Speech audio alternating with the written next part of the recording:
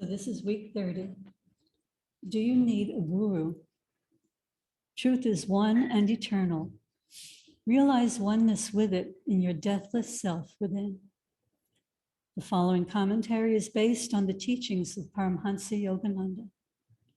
Many people scoff at the idea of having a guru. True to human nature generally, they make a virtue of their scoffing.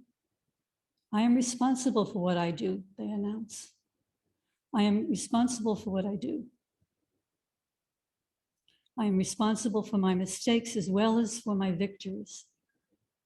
What would I ever learn if I handed over my development to someone else? To depend on another for guidance would be an act of spiritual cowardice.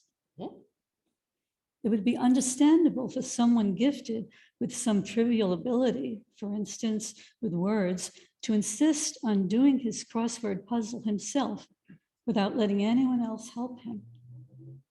But supposing, even in such trivial matters, he had no such gift, what virtue would there be in refusing to learn? For that matter, moreover, where do our gifts come from? They are not a native ability. Still, crossword puzzles are hardly an important challenge. What if a person wanted to do something daring, to climb a cliff, for instance, but refused to study the art of mountain climbing? He would climb at the risk of his life. And how much more is risked than physical life in the great adventure of the divine search, where the risk is to salvation itself? Where is the sacrifice in seeking guidance? Even a mountain guide wouldn't presume to do one's climbing for one. His purpose would be only to help the neophyte to climb safely. To have a wise guru is not a sign of weakness, but of plain common sense. All the saints, aware as they are of the hazards of the adventure, all those saints agree on the importance of having a guide or a guru. And these are the heroes speaking, not cowards or spiritual weaklings. Jesus emphasized the importance of having a teacher by asking John to baptize him. In the Gospel of St. Matthew, chapter 3, we read of his coming to John. Thus, Jesus said to John, "It becometh us to fulfill all righteousness."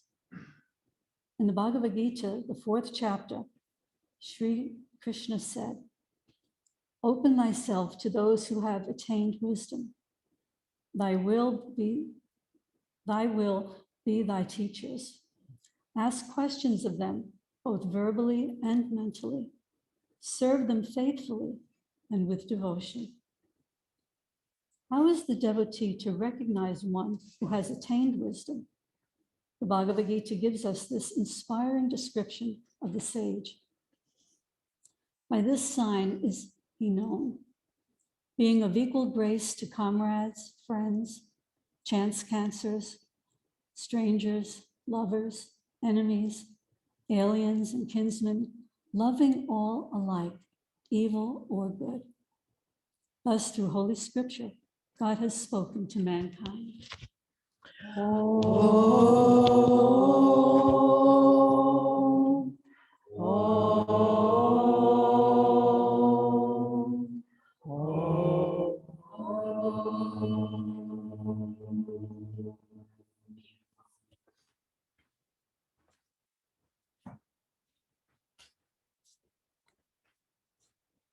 And a prayer poem from Whispers from Eternity, entitled My Guru.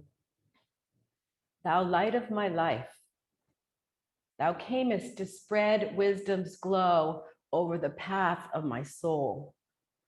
Centuries of darkness dissolved before the shafts of thy luminous help. As a naughty baby, I cried for my divine mother, and she came to be as my guru, Swami Sri Yukteswar. At the meeting, oh my guru, a spark flew from thee, and the faggots of my God craving gathered through incarnations smoldered and blazed into bliss. All my questions have been answered with thy flaming golden touch. eternal, ever-present satisfaction has come to me through thy glory. My guru, thy voice of God, I found thee in response to my soul cries. Slumbers of sorrow are gone, and I am awake in bliss. If all the gods are displeased, yet thou art pleased, I am safe in the fortress of thy pleasure. And if all the gods protect me behind the parapets of their blessings, yet I receive not thy benedictions, I'm an orphan, left to pine spiritually in the ruins of thy displeasure. O Guru, thou didst bring me out of the bottomless pit of darkness into the paradise of peace. Our souls met after years of waiting. They trembled with an omnipresent thrill. We met here because we had met before. Together we will fly to the shores where we will smash our planes of finitude forever and vanish into infinite life. I bow to thee as the spoken voice of silent God. I bow to thee as the divine door which leads to the temple of salvation. And I bow to thee as thy master, Lahiri Mahashaya, harbinger of yoga in Benares. And I lay the flowers of my devotion at the feet of Babaji, our supreme master.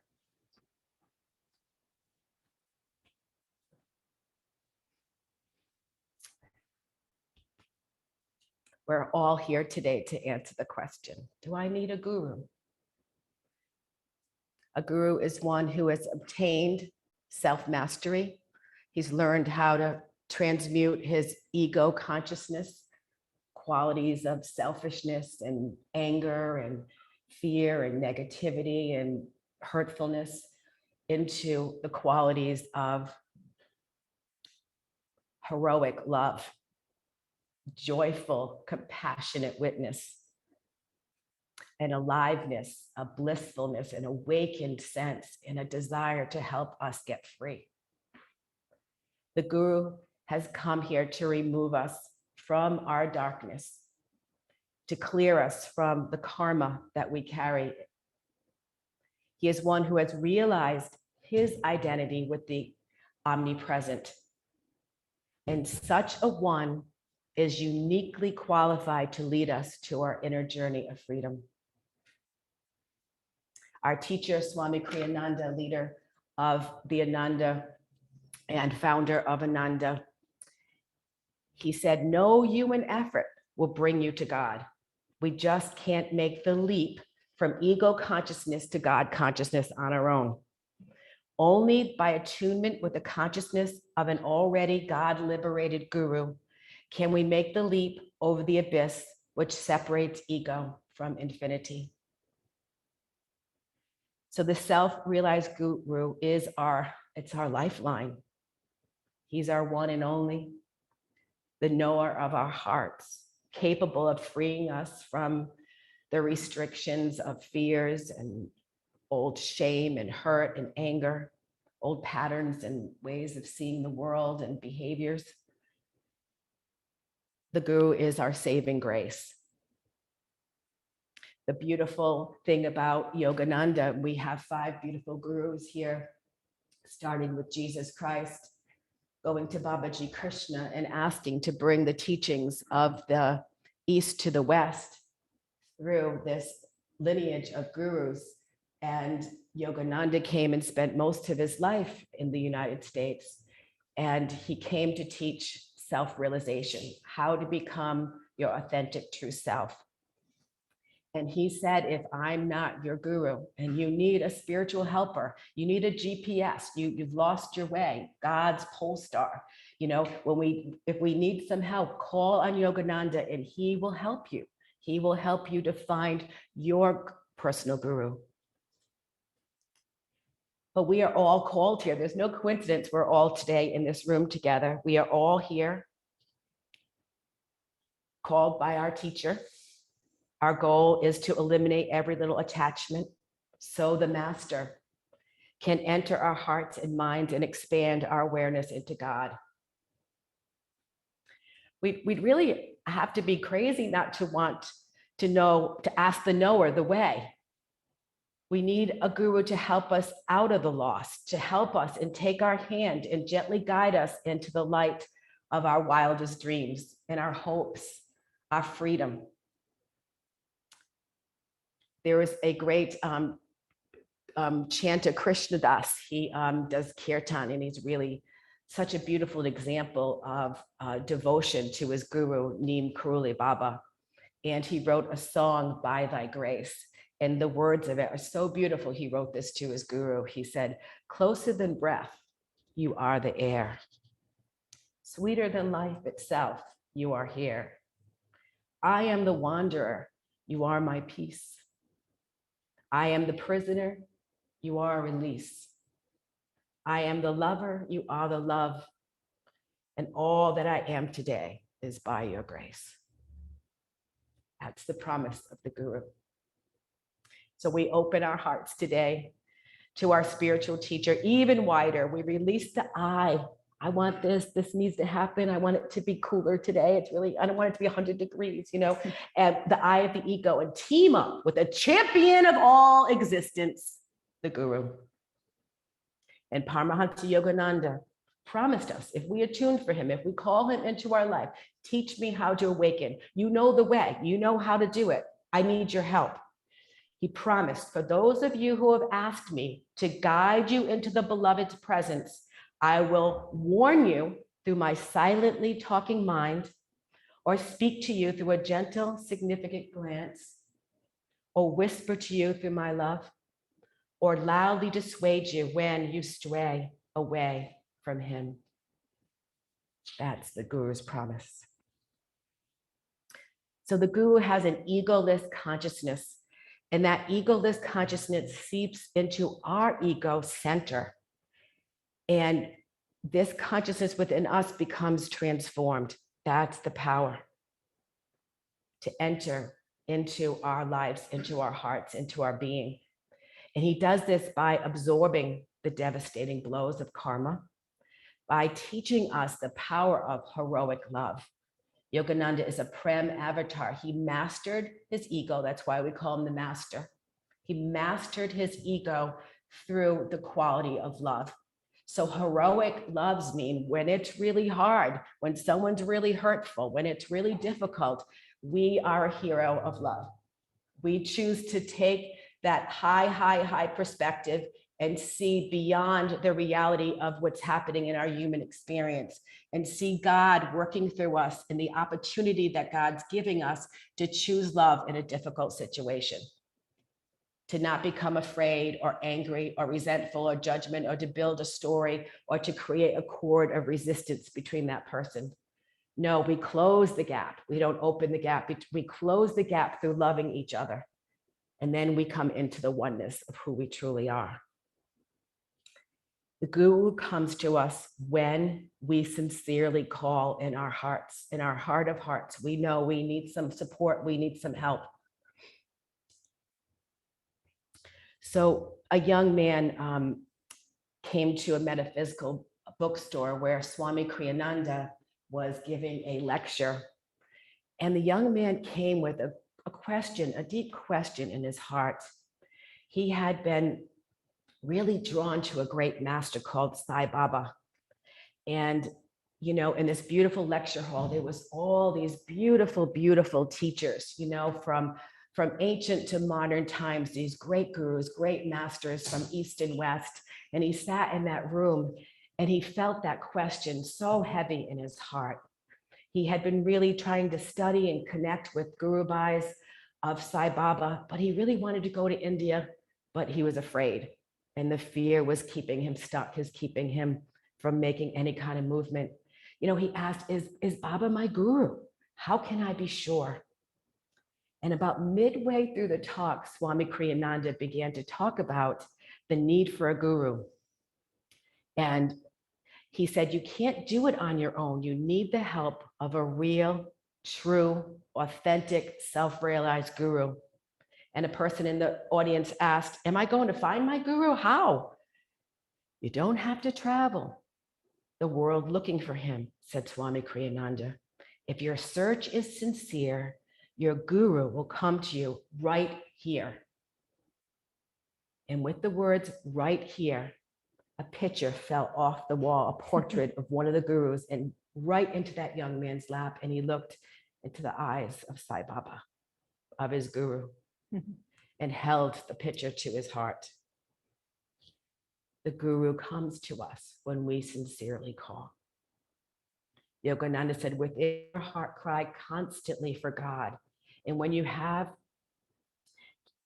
convinced the Lord of your true desire for him, he will send you your guru. And God teaches us through illuminated souls. When Yogananda was, he was at an ashram and he had just gone through a really difficult time. His family wanted him to be more of a material guy than a spiritual guy. And, his father and his brother had these great aspirations for him. And he went to an ashram. And in that ashram, he felt that he was not able to really connect with the devotees there, that he had, felt that there was a disconnection and there was some ways that people were in relationship. And it just felt that like it was an ego environment. It felt like he was not looked upon. He was shamed for meditating. And he just did not vibe. And he was really heartbroken about that. So through that pain and suffering, he sat down one day and with all his heart said, mindful mother of the universe, teach me through a guru sent by thee. He prayed to the divine mother, send me a teacher, send me my guru. And he heard, thy master cometh today. He had been at that ashram. He was in spiritual anguish, tested, misunderstood, ridiculed for meditating, and left on an errand that day. And in the streets of Benares, he saw a man of many, many, many thousand visions he's had in his mind and his heart and meditations. And he saw him across the street, and he just felt this incredible magnetism. And some part of his mind had a doubt, and he tested it, I guess. He began to walk away and felt completely the magnet of Sri Yukteswar that drew him right back to him. He couldn't walk away. And he said to him, Swami Sri Yukteswar said, oh, my own, you have come to me. I give you my unconditional love. And in that meeting became the heroic love and experience of divine consciousness through teacher and student. Sri Yukteswar, an incredible teacher of wisdom. He had God contact, and he was able to give Yogananda the capacity to open his heart into unconditional love and to find his God contact within himself. About 25 years ago, it was 25 years ago this month, and I was a lot like Yogananda in a difficult time of despair. And I kind of walked away from a evening get together, and I went to my favorite place in nature, Rome Point. And I walked there with my 2 black labs, and my heart was broken. I knew it was the end of a lot of my marriage, of a lot of ways I was in the world. And as I walked down that path, what I thought was a trillion fireflies began to circle all around me and create this incredible tunnel of love. And now I know they were light beings. And me and my dogs walked on that light in this tunnel for I don't know how long. I was going to see fireworks and I got them, and we walked. And during that walk, I could feel that there was a removing of my darkness, my despair, my hurt, my fears about living, my ways of being material, and all the things that didn't serve me. And I could feel a transmutation that happened to me. And I don't know what happened or how much time went by, but I came off the path onto the main path, and I heard very clearly, now you must teach God. And I know that now that was the voice for the first time I heard of my guru. And still, the Pawtucket in me was like, I can't do that. No, hell no. You know, I didn't know I could do that, you know? And yet what started to happen is, which ultimately led me to Ananda, was I started to just start getting free of some of the old depressions and anxieties and ways of seeing in the world. And, you know, after a time when my dad had passed away, my dad had been someone who had a very critical voice. And I have a beautiful person that I know who is able to have abilities that are clairvoyant.